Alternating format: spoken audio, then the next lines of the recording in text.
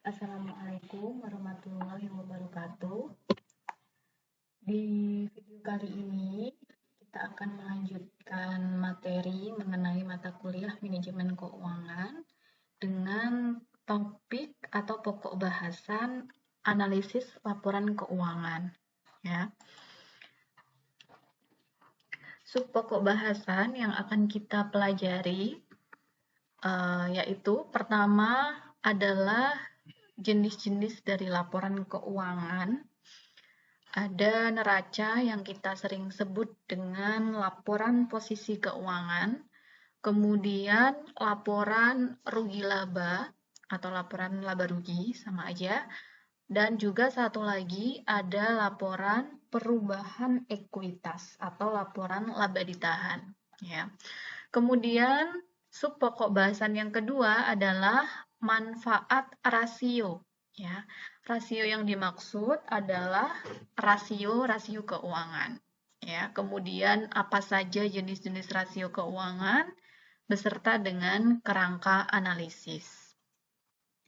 Yang ketiga adalah kombinasi rasio laporan keuangan. Ya, jadi rasio-rasio dalam laporan keuangan ini diinteraksikan dengan maksud agar dapat meningkatkan profitabilitas suatu bisnis atau perusahaan, seperti itu. Nah, ketiga pokok bahasan ini akan kita pelajari di minggu ini, ya. Kemudian kita lanjutkan untuk tujuan pembelajaran khusus, ya. Tujuan pembelajaran khusus pertama adalah mahasiswa dapat menjelaskan apa itu dari pengertian dari neraca atau laporan posisi keuangan, kemudian pengertian dari laporan laba rugi, dan pengertian dari laporan perubahan laba ditahan atau sering kita sebut dengan laporan perubahan ekuitas. Ya. Kemudian yang kedua adalah tujuannya adalah mahasiswa dapat menjelaskan hubungan dari ketiga jenis laporan keuangan tadi, ya, neraca, rugi laba, dan perubahan laba ditahan. Kemudian yang ketiga, mahasiswa dapat menjelaskan beberapa manfaat dari analisis laporan keuangan. Kemudian yang keempat, mahasiswa dapat menjelaskan jenis-jenis analisa rasio. Ya, nanti kita akan mempelajari 4 jenis rasio keuangan, diantaranya yaitu rasio likuiditas, kemudian rasio leverage atau solvabilitas, kemudian rasio aktivitas, dan yang terakhir ada rasio profitabilitas. Kemudian yang kelima, tujuannya adalah mahasiswa dapat menghitung rasio data keuangan perusahaan ya dengan menggunakan ketiga jenis laporan keuangan. Kemudian yang keenam, mahasiswa dapat menilai kondisi keuangan perusahaan berdasarkan analisa rasio ya, bagaimana kondisi keuangan perusahaan dengan menggunakan analisis rasio tersebut yang sudah dihitung tadi. Ya. Kemudian yang ketujuh, mahasiswa dapat menjelaskan pengertian mengenai peningkatan laba perusahaan berdasarkan alat analisa rasio, dan yang terakhir, mahasiswa dapat menggabungkan perhitungan beberapa analisa rasio untuk tujuan meningkatkan laba perusahaan. Ya, jadi ini nanti masuk ke kombinasi rasio-rasio laporan keuangan. Oke, sekarang kita akan masuk materi perkuliahan yang pertama mengenai analisis laporan keuangan. Ya, yang analisis laporan keuangan ini dilakukan atas laporan keuangan yang dibuat oleh perusahaan. Ya. Laporan keuangan yang dibuat oleh perusahaan ini paling tidak terdiri dari neraca atau laporan posisi keuangan, laporan laba rugi, dan laporan laba ditahan atau disebut dengan laporan perubahan modal atau laporan perubahan ekuitas. Ya, jadi ketiga jenis laporan ini kita akan jadikan dasar untuk melakukan analisis laporan keuangan. Ya. Yang dimaksud dengan neraca atau laporan posisi keuangan ini adalah menunjukkan nilai kekayaan perusahaan pada sisi aktiva, ya, pada sisi yang sebelah kiri, ya. Baik itu berupa aset tetap maupun berupa aset lancar atau aktiva lancar. Ya, seperti itu. Selain itu, neraca ini juga menunjukkan sumber dana. Ya, ada yang menyebut dengan claims, ya. Untuk kekayaan tersebut pada sisi utang, ya, sisi sebelah kanan ya biasanya sisi utang atau liabilitas dan sisi modal atau sisi ekuitas, ya. Kemudian laporan yang kedua adalah laporan laba rugi. Laporan ini menunjukkan aktivitas perusahaan selama satu periode, ya biasanya satu periode akuntansi ini 1 tahun, sehingga menghasilkan pendapatan atas pengorbanan yang dilakukan untuk mendapatkan laba atau mendapatkan profit. Kemudian yang ketiga adalah laporan laba ditahan. Ya, laporan laba ditahan. Laporan laba ditahan itu menunjukkan besarnya modal sendiri yang digunakan dan bagian laba tahun berjalan yang tidak dibagikan sebagai dividen. Ya, nanti kita akan lihat bentuk-bentuk dari jenis ketiga laporan keuangan ini. Ya.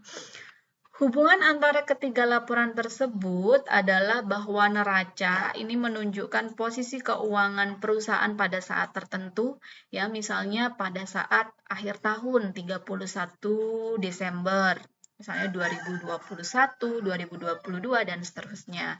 Sedangkan laporan laba rugi ini menunjukkan hasil operasi selama periode tertentu. Ya, biasanya kalau di KOP laporan laba rugi itu menyebutkan untuk tahun yang berakhir berapa ya, untuk tanggal yang berakhir berapa, seperti itu. Ya, sedangkan laporan laba ditahan ini menunjukkan proses perubahan rekening laba ditahan yang nampak pada neraca akhir periode dibanding dengan neraca pada awal periode. Ya. Nah, ini ada contoh mengenai laporan keuangan perusahaan. Ya, perusahaannya dinamakan dengan perusahaan PT Turbo, ya, PT Turbo. Neraca PT Turbo akhir tahun 2000X1 dan 2000X2, ya, dalam jutaan rupiah. Ini neracanya seperti ini bentuknya. Sebelah kiri ini adalah aktiva, kemudian sebelah kanan utang dan modal, ya. Aktiva itu baik berupa aktiva lancar,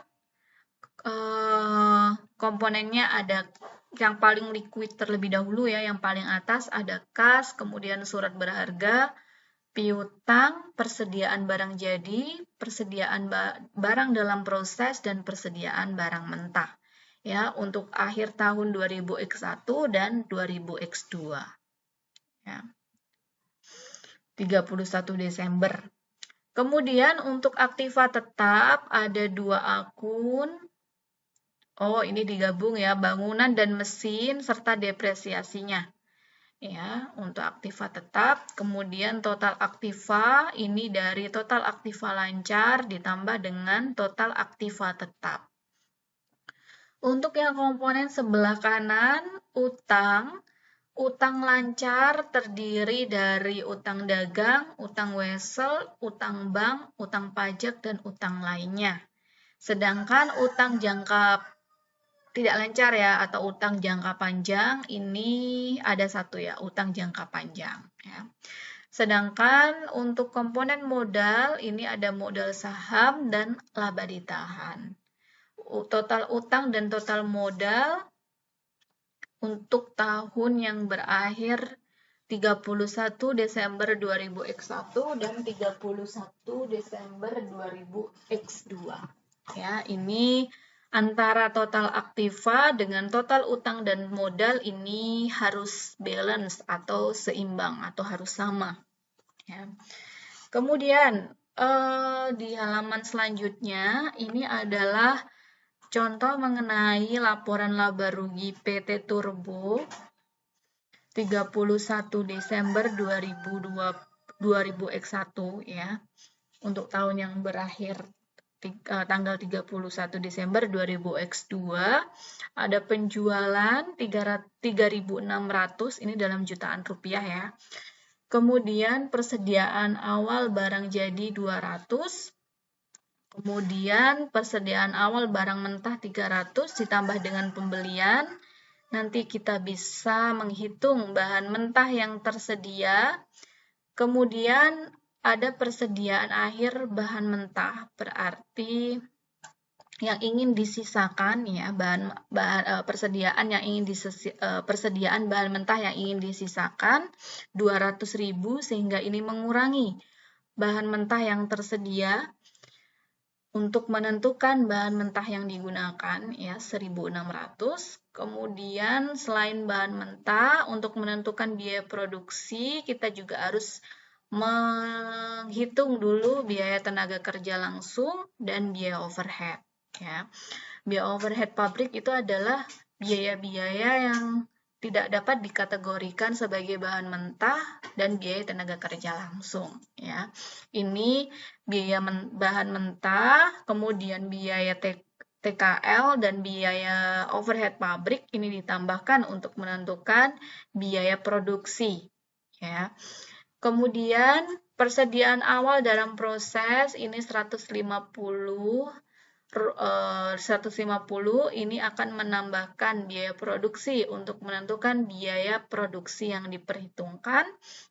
Kemudian ada persediaan akhir barang dalam proses 100 rupiah ya 100 rupiah ini menentukan harga pokok produksi ya 2.600 sehingga kita bisa tentukan harga pokok barang tersedia untuk dijual dengan cara menjumlahkan persediaan awal barang jadi ditambah dengan harga pokok produksi.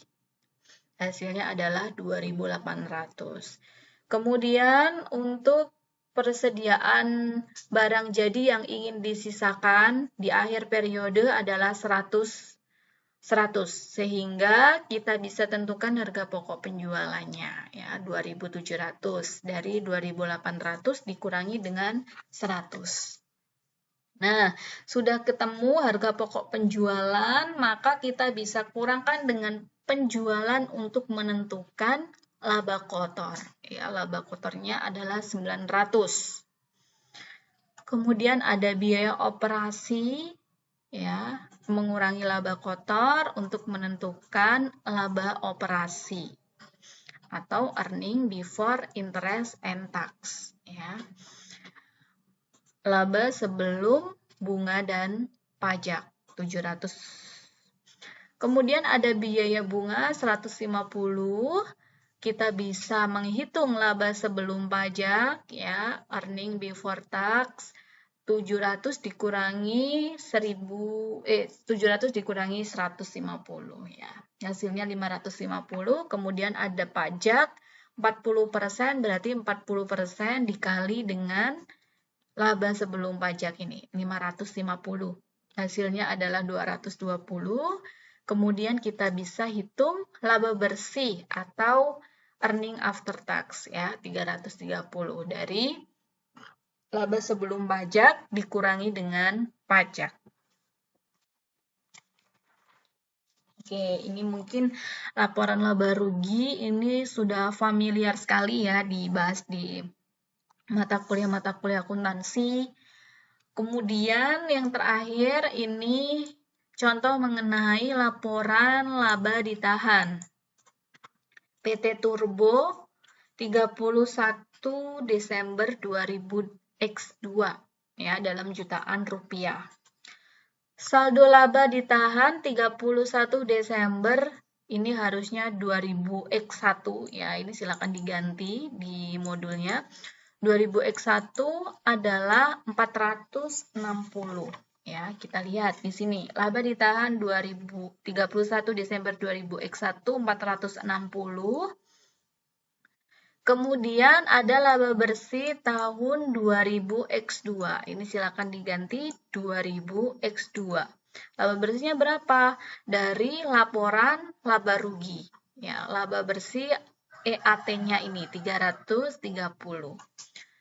Ini menambahkan saldo laba ditahan sehingga totalnya adalah 790. Kemudian ada pembagian dividen 290 sehingga saldo laba ditahan 31 Desember 2000X2. Ya, ini silakan diganti lagi. 2000X2 adalah 500. Ya, kita lihat di laporan posisi keuangan 2000X2. Ya, ini laba ditahannya adalah 500. Ya, sama dengan yang ada di sini. Laporan laba ditahan, arti penting analisis laporan keuangan ya adalah untuk lebih memahami prestasi dan kondisi keuangan suatu perusahaan sebagai dasar pengambilan keputusan ya. Jadi ini menjadi untuk menjawab mengapa sih kita perlu melakukan analisis laporan keuangan. Ya, pada dasarnya adalah untuk mengetahui kondisi keuangannya dalam rangka pengambilan keputusan. Ya, keputusannya siapa? Keputusannya bagi pihak-pihak yang berkepentingan terhadap analisis laporan keuangan. Pihak-pihak yang berkepentingan ini bisa dari pihak eksternal perusahaan atau bisa juga dari pihak-pihak internal perusahaan. Ya, misalnya pihak-pihak yang berkepentingan. 1. Manajemen perusahaan. Berarti ini adalah pihak internalnya perusahaan. Ya, dalam rangka apa? Pengambilan keputusan untuk menentukan kebijakan intern perusahaan. Kebijakan intern itu seperti apa? Misalnya kebijakan pembelian bahan baku, kemudian kebijakan untuk pembelian aset tetap, kebijakan investasi surat berharga, dan lain sebagainya. Ya. Kemudian yang kedua adalah pihak yang berkepentingan yang kedua adalah supplier ya atau pemasok ya untuk memberi kebijakan kredit kepada perusahaan ya, memberi kebijakan kredit kepada perusahaan. Kemudian yang ketiga adalah investor, ya, pengambilan keputusan terkait dengan pembelian saham perusahaan yang dianalisis, ya, apakah akan menginvestasikan dananya di perusahaan tersebut atau menunda terlebih dahulu atau tidak sama sekali untuk melakukan investasi, ya. Untuk pihak yang kedua dan ketiga ini termasuk ke pihak-pihak eksternal perusahaan ya, artinya pihak-pihak ini tidak ada di dalam perusahaan ya, di luar perusahaan seperti itu. Nah, untuk menilai prestasi dan kondisi keuangan perusahaan ini diperlukan ukuran-ukuran tertentu. Ukuran yang sering kali dipergunakan salah satunya adalah analisa rasio ya, jadi ini yang umumnya ya seringkali digunakan itu adalah analisa rasio. Nah, pada umumnya berbagai rasio yang dihitung ini dapat dikelompokkan menjadi 4 tipe dasar. Ya. Pertama adalah rasio likuiditas. Rasio likuiditas. Rasio likuiditas ini adalah rasio untuk mengukur kemampuan perusahaan memenuhi kewajiban finansial jangka pendeknya, ya, atau kewajiban terkait dengan utang lancarnya. Jangka waktunya biasanya utang lancar itu kurang dari 1 tahun, ya. Kemudian yang kedua adalah rasio leverage atau biasa disebut dengan rasio solvabilitas. Rasio ini mengukur seberapa jauh perusahaan dibelanjai dengan utang, ya, keseluruhan utang. Kemudian yang ketiga adalah rasio aktivitas. Rasio aktivitas itu adalah rasio untuk mengukur efektivitas penggunaan sumber daya. Dan yang keempat adalah rasio profitabilitas. Rasio profitabilitas itu adalah rasio untuk mengukur kemampuan perusahaan mendapatkan keuntungan. Ya. Nah, terdapat beberapa, ini adalah rasio tipenya ya. Keempat rasio ini adalah 4 tipe dasar dari rasio. Nah, di setiap tipe dasar ini terdapat rasio-rasio lainnya ya. Kita akan lihat ringkasan analisis rasio PT Turbo untuk tahun 2000X2. 4 jenis rasio yang kita analisis adalah rasio likuiditas, rasio leverage, rasio aktivitas, dan rasio profitabilitas. Kita masuk pertama terlebih dahulu. Rasio likuiditas pertama adalah current ratio. Current ratio atau rasio lancar itu merupakan rasio yang digunakan untuk menentukan tingkat kemampuan perusahaan dalam memenuhi kewajibannya, ya, kewajiban jangka pendeknya, ya, utang lancarnya ini dengan aktiva perusahaan yang liquid pada saat ini atau disebut dengan aktiva lancar atau current asset. Sehingga rumus yang digunakan adalah aktiva lancar atau AL dibagi dengan utang lancar atau UL.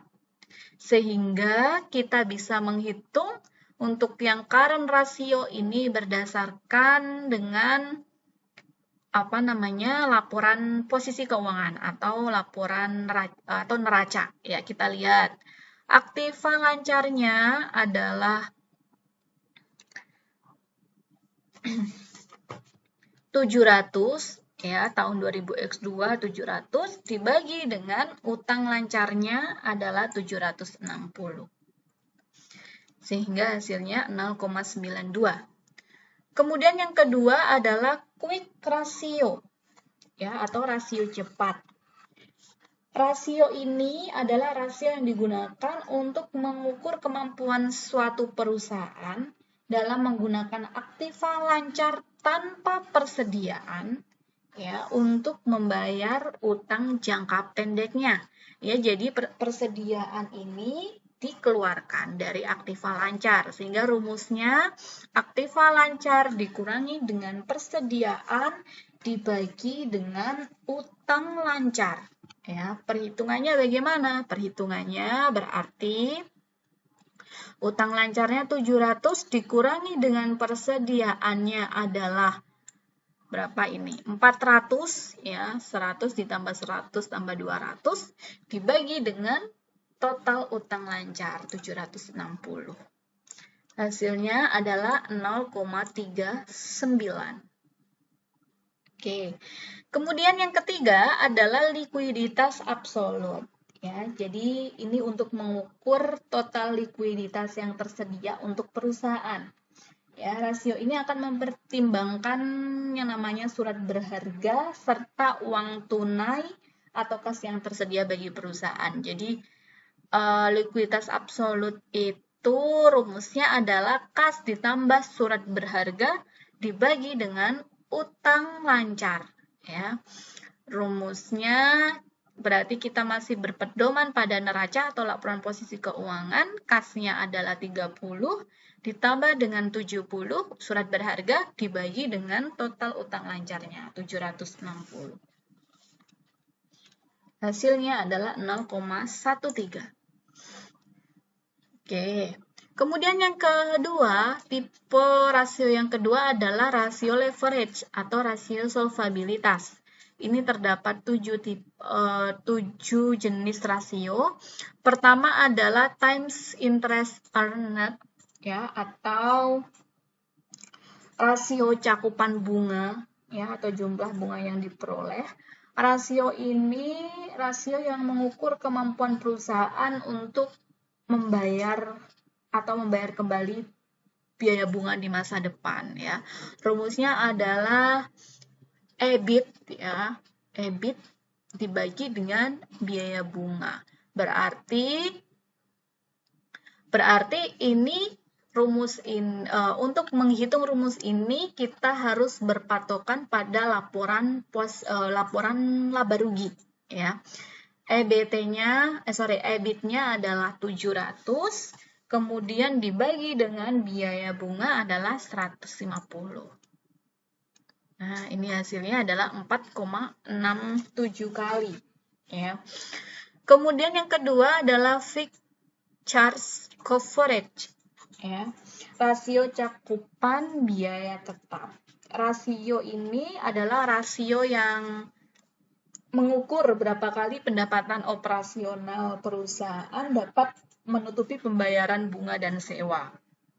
Nah, ini rumus untuk menentukan atau menghitung rasio fixed charge coverage adalah EBT ya, earning before tax ditambah dengan bunga ditambah dengan sewa dibagi dengan bunga ditambah sewa. EBT-nya tadi 550 ya, ditambah dengan bunganya 150, kemudian sewanya tidak ada, berarti 0, dibagi dengan 150 bunga ditambah dengan sewanya 0 ya.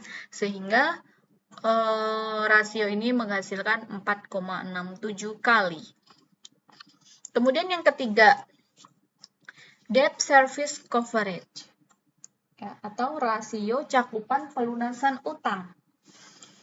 Rasio ini adalah rasio yang membandingkan uang kas dari aktivitas operasional perusahaan dengan biaya bunga dan pinjaman. Ya. Nah, ini rumusnya adalah EBIT dibagi dengan bunga plus angsuran dibagi dengan 1 dikurangi tax atau pajaknya ya, tarif pajaknya. EBIT-nya adalah 700, kemudian dibagi dengan bunganya adalah 150 ditambah dengan angsurannya dari mana? Angsuran itu dari laporan posisi keuangan ya. Angsurannya dari utang Wesel ini 210 dikurangi 150 berarti ada angsuran 60 ya. 60 kemudian dibagi dengan 1 dikurangi dengan tarif pajaknya 0,4%. Sehingga ini hasilnya adalah 2,8 kali ya. Kemudian yang keempat adalah total utang dibagi dengan total aset atau biasa disebut dengan total debt to asset ratio. Nah, rasio ini digunakan untuk mengukur seberapa banyak aktiva perusahaan itu dibiayai dengan utang. Ya, rumusnya juga seperti dengan judul rasionya ya, total utang dibagi dengan total aset. Total utangnya 1.300 dari sini. Nah, total utangnya berasal dari total utang aset lancar ditambah dengan total utang jangka panjang, kemudian dibagi dengan total aset. Total asetnya adalah 2.500. Kemudian rasio yang kelima, total utang dibagi modal sendiri. Ya, dibagi dengan modal sendiri. Ini menunjukkan seberapa besar hutang yang dimiliki perusahaan dibandingkan dengan modal yang dimilikinya sendiri. Jadi rumusnya seperti ini, membandingkan total utang dibagi dengan modal sendiri. Ya, total utangnya adalah seperti tadi, total utang lancar ditambah utang jangka panjang dibagi dengan total modal sendiri 1.200. Ya, hasilnya adalah sekian ini. Kemudian yang kelima, ini kelima sampai dengan ketujuh, ini adalah perputaran persediaan. Jadi intinya untuk perputaran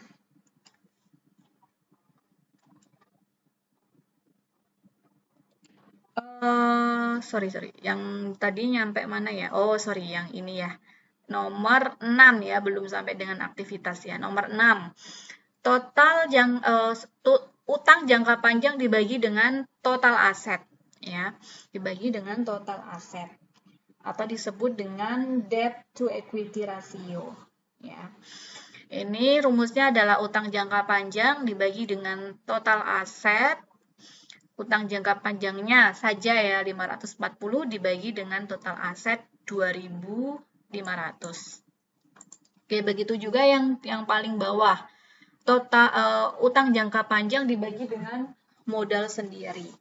Rumusnya adalah utang jangka panjang dibagi dengan modal sendiri. Total utang jangka panjangnya adalah 540 dibagi dengan modal sendirinya adalah 1.200. Ini dari laporan posisi keuangan atau neraca. Ya. Hasilnya dalam bentuk persentase. Oke. Ini ketujuh jenis rasio ini termasuk ke dalam tipe rasio leverage atau rasio solvabilitas. Kita lanjutkan lagi, untuk jenis ketiga adalah rasio aktivitas. Ada 10 jenis rasio aktivitas. Pertama adalah perputaran kas ya atau cash turnover. Ini merupakan perbandingan antara penjualan dengan nilai rata-rata kas yang dimiliki oleh perusahaan. Ya, jadi rumusnya penjualan dibagi dengan kas 3.600. Dari mana penjualannya? Berarti berasal dari laporan laba rugi. Ya, kasnya dari mana? Kasnya dari neraca atau laporan posisi keuangan. Nanti silakan dilihat sendiri angkanya. Ya, perputaran kasnya adalah 12 kali. Ya, nah, semakin tinggi perputaran kas, maka semakin baik. Mengapa? Karena semakin tinggi semakin baik karena semakin tinggi perputaran kas itu menunjukkan tingkat efisiensi penggunaan kasnya. Ya, seperti itu. Kemudian yang kedua adalah perputaran surat berharga. Ya, perputaran surat berharga itu adalah perbandingan antara penjualan, ya, penjualan ini dibagi dengan surat berharga yang ada dalam perusahaan. Ya. Nah, maka rumusnya penjualan dibagi surat berharga. Penjualan kita dapat angkanya dari laporan laba rugi, surat berharga kita dapat angkanya dari laporan posisi keuangan yang ada di sini, 70 ya, yang ini. Oke, kemudian yang ketiga, perputaran piutang. Rasio ini merupakan rasio mengukur kemampuan dan efisiensi perusahaan dalam menagih piutangnya. Ya, rumusnya adalah penjualan dibagi dengan piutang. Ya, 3.600 dibagi 200 sama dengan 18 kali. Ya, semakin tinggi rasio ini, maka semakin baik atau menguntungkan bagi perusahaan. Kemudian rasio keempat, yaitu rata hari pengumpulan piutang. Ini untuk menentukan perhitungan rata-rata penagihan piutang. Ya. Nah, rumusnya adalah 360 hari ini dalam 1 tahun dibagi dengan perputaran piutang yang ada di rumus nomor 3 ini ya. Jadi, rata hari pengumpulan piutangnya adalah 20 hari. Ya, 20 hari. Kemudian rasio yang nomor 6 dan sampai dengan nomor 5 sampai nomor 7 ini adalah rasio perputaran persediaan barang ya. Ini terkait dengan rasio untuk menentukan jumlah barang yang berhasil dijual atau digunakan dan menggantikan stok yang ada dalam satu periode. Ya, rumusnya seperti ini, HPP penjualan atau harga pokok penjualan dibagi dengan persediaan barang, yaitu entah barang jadi atau barang dalam proses atau persediaan bahan mentah. Ya, seperti itu. Angkanya dari mana? HP penjualan ini dari laporan laba rugi.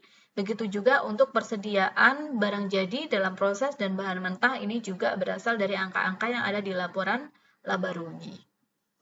Kemudian yang ke-8, perputaran aktiva lancar.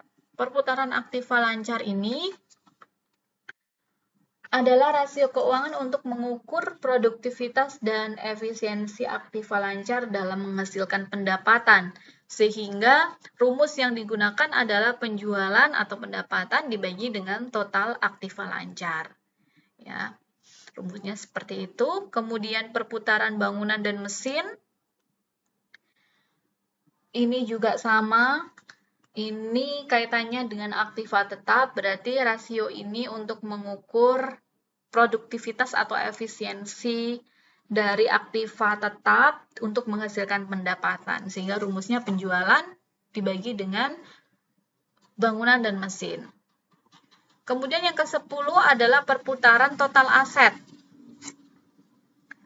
Perputaran total aset adalah rasio yang menggambarkan perputaran aktiva diukur dari volume penjualan selama 1 tahun. Sehingga ini rumusnya juga sama, penjualan dibagi dengan total aset. Berarti total aset ini dari aset lancar ditambah dengan aset tetap. Hasilnya adalah dalam kali ya, rasio aktivitas 1,44 kali. Kemudian rasio yang terakhir adalah rasio profitabilitas. Rasio profitabilitas terdapat 7 jenis rasio. Pertama adalah gross profit margin.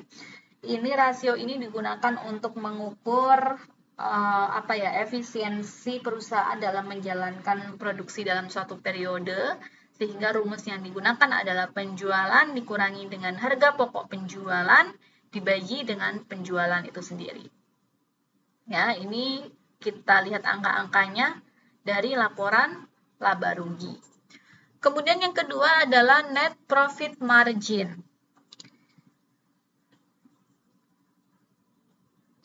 Untuk menentukan tingkat keuntungan juga ya, untuk menentukan tingkat keuntungan yang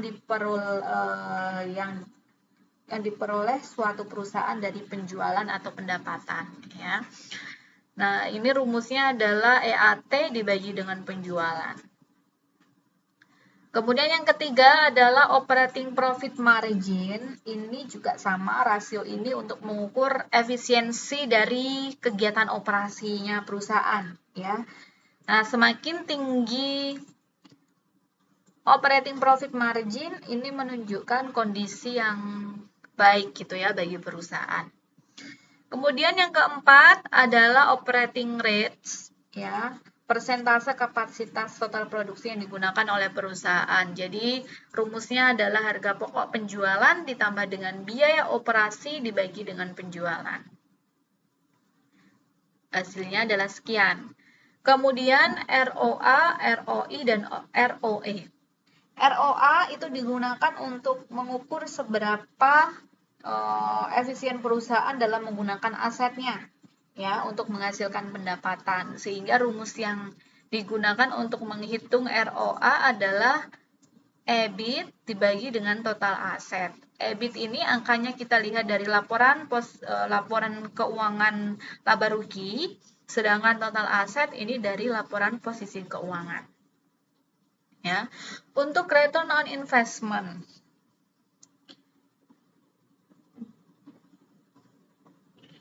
Ini juga sama ya, ROI ini untuk mengukur hasil dari jumlah aktiva yang digunakan dalam perusahaan. Ya, ini juga untuk mengukur efisiensi juga. Ya, rumusnya dari earning after tax dibagi dengan total aset. Ya, ini hasilnya adalah 13%. Return on equity atau ROE. Rumusnya adalah EAT dibagi dengan MS. Apa itu MS? MS adalah modal sendiri ya. Jadi rasio ini untuk mengukur kemampuan suatu perusahaan untuk menghasilkan laba dari investasinya pemegang saham perusahaan tersebut ya. Jadi ini ada beberapa jenis dari rasio 4 tipe rasio dasar, likuiditas, leverage, aktivitas, dan profitabilitas. Kemudian ada penafsiran angka-angka rasio secara garis besar, ya, secara umum. Pertama adalah rasio likuiditas. Rasio likuiditas ini untuk mengukur kemampuan perusahaan dalam memenuhi kewajiban finansial jangka pendek, ya, atau kewajiban utang lancarnya, yang utang yang dibayar yang memiliki jatuh tempo kurang dari 1 tahun, biasanya seperti itu. Angka rasio yang dihasilkan ini menunjukkan sampai seberapa jauh utang lancar dijamin dengan aktiva lancar. Misalnya ya, yang pertama ini, current ratio. Current ratio yang dihasilkan adalah 0,92. Artinya bahwa setiap Rp1 utang hanya dijamin dengan aktiva lancar senilai 0,92 rupiah. Maka kita bisa simpulkan, semakin kecil rasionya, maka jaminan terhadap utang lancar juga akan semakin rendah atau semakin kecil. Kesimpulannya, kemampuan perusahaan untuk membayar utang lancarnya atau kewajibannya semakin rendah pula. Ya, biasanya perusahaan yang rasio likuiditasnya ini rendah akan mengalami kesulitan likuiditas. Ya, jadi semakin rendah menunjukkan perusahaan itu mengalami kesulitan likuiditas. Jadi semakin tinggi, dan sebaliknya kalau semakin tinggi berarti perusahaan itu hampir tidak mengalami kesulitan likuiditas. Oke, kemudian yang kedua adalah rasio leverage. Rasio ini digunakan untuk mengukur seberapa jauh perusahaan dibelanjai dengan utang. Ya. Angka rasio yang dihasilkan menunjukkan proporsi utang atau total utang terhadap seluruh kekayaan perusahaan. Semakin besar proporsi utang, maka rasionya semakin tinggi, berarti perusahaan itu banyak sekali menggunakan sumber dana dari utang dalam mengoperasikan perusahaan. Akibatnya perusahaan tersebut semakin berisiko, ya. Karena punya utang yang banyak berarti semakin berisiko. Selain itu, rasio ini juga melihat kemampuan perusahaan dalam membayar bunga dan angsuran utang jangka panjangnya atau kewajiban jangka panjang dari hasil usaha perusahaan. Ya, jadi semakin tinggi angka rasionya sekian X, maka semakin baik kemampuan perusahaan dalam membayar kewajiban jangka panjang tersebut.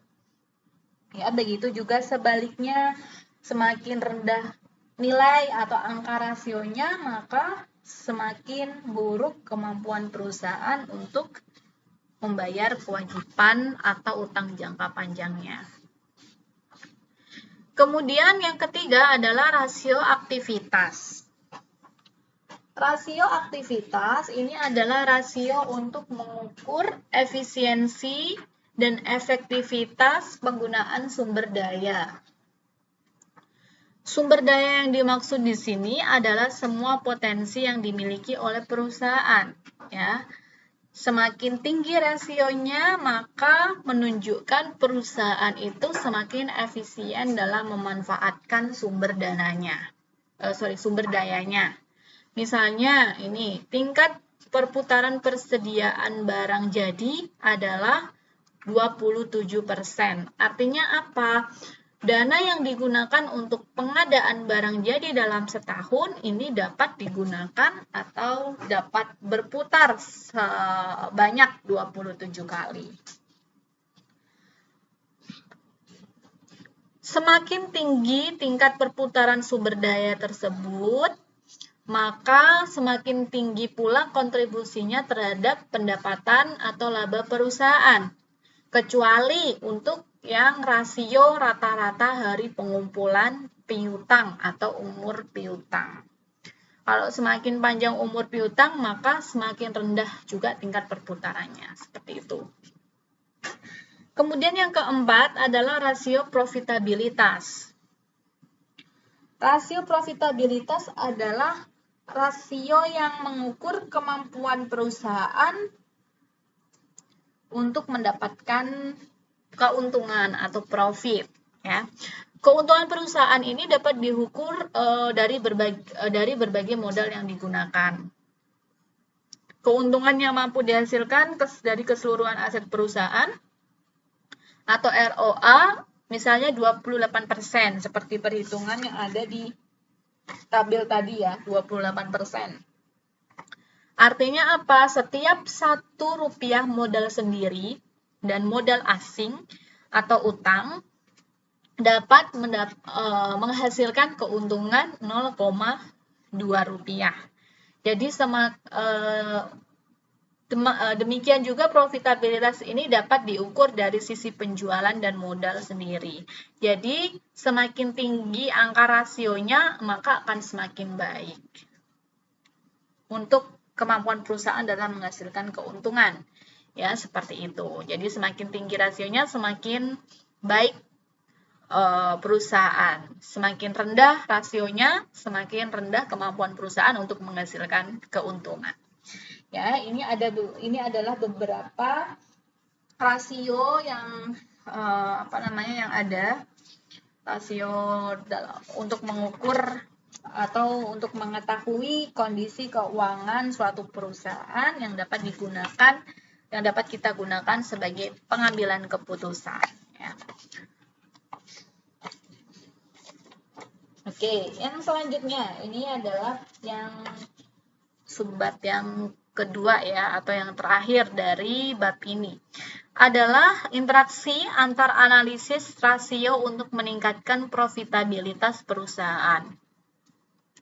Gabungan antara rasio aktivitas dengan net profit margin yang ada di dalam rasio profitabilitas ya, akan dapat memberi petunjuk kepada manajer bagaimana cara untuk meningkatkan laba perusahaan ya. Nah, sistem penggabungan rasio ini dikemukakan oleh DuPont sehingga dikenal dengan sistem DuPont. Sistem ini menunjukkan bagaimana rasio-rasio tersebut saling berinteraksi ya untuk menentukan profitabilitas aktiva-aktiva yang dimiliki oleh perusahaan. Ya, misalnya ini ROI dari PT Turbo dari perhitungan di atas adalah 13%. Mari kita cek. 13%. Oke, ROI-nya adalah 13%. Rumus dari ROI adalah EAT dibagi total aset. Benar nggak rumusnya? Benar, EAT dibagi dengan total aset.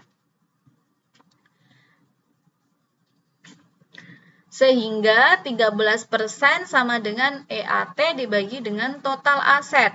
Rumus ini bisa dikembangkan dengan melibatkan rasio-rasio lain, misalnya sebagai berikut. 13% dibagi sama dengan EAT per penjualan dikali dengan penjualan dibagi total aset. Kok bisa? Kalau misalnya penjualan dicoret, maka tinggal EAT dibagi total aset. Sama saja, ya, sama saja. Ini adalah pengembangan rumus saja, ya, pengembangan rumus saja. EAT dibagi penjualan ini merupakan rumus terkait dengan net profit margin, ya. Sedangkan penjualan dibagi total aset ini adalah rumus terkait dengan perputaran total aset.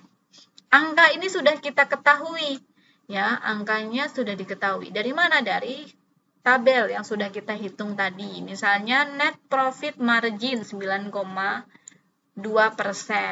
Kemudian yang tadi adalah perputaran total aset 1,44 kali. Sehingga 9,2% dikali 1,44% menghasilkan ROI 13%. Ya, 13%. Nah, modifikasi ini dapat dikembangkan dalam bentuk diagram sebagai berikut. Nah, ini diagramnya yang ada di PDF ini kacau ya. Silakan nanti diperbaiki dulu. Ini saya lihatkan yang ada di file Word yang lebih beraturan ya ininya, gambar diagramnya. Oke, ini saya turunkan. Nah, oke, silakan nanti diperbaiki ya diagram yang ada di modul. ROI sama dengan 13%. ROI tadi dari mana? Dari perkalian net profit margin dikali dengan perputaran aktiva. NPM-nya 9,2% dikali dengan perputaran aktiva 1,44 kali. Ya. Nah, dari NPM ini kita bisa breakdown lagi. Ya. Rumus NPM adalah EAT dibagi dengan penjualan. Ya, kita cek NPM. EAT dibagi penjualan. EAT dibagi dengan penjualan. EAT-nya sesuai dengan laporan laba rugi 330. Penjualannya adalah 3.600. Kemudian yang perputaran aktiva, kita lihat rumusnya. Perputaran aktiva adalah penjualan dibagi dengan total aktiva, ya.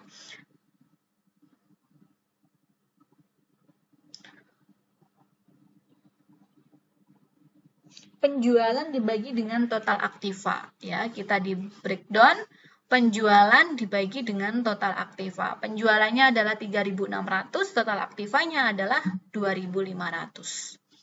Nah, diagram ini sebenarnya masih bisa dikembangkan lagi ke bawah. Misalnya EAT yang ada di sini. EAT dipecah lagi menjadi penjualan dikurangi biaya. Jadi ini di sini dikasih kotak penjualan, kemudian minus dengan total biaya. Aktiva tetap ini juga bisa di breakdown lagi. Misalnya yang sebelah sini ya, breakdown lagi total aktiva ya. Total aktiva sama dengan aktiva lancar ditambah dengan buat lagi kotak aktiva tetap dan seterusnya seperti itu. Nah, kalau misalnya manajer ingin meningkatkan ROI menjadi 16%, ya, ini ditingkatkan menjadi 16%, maka manajer mempunyai dua alternatif.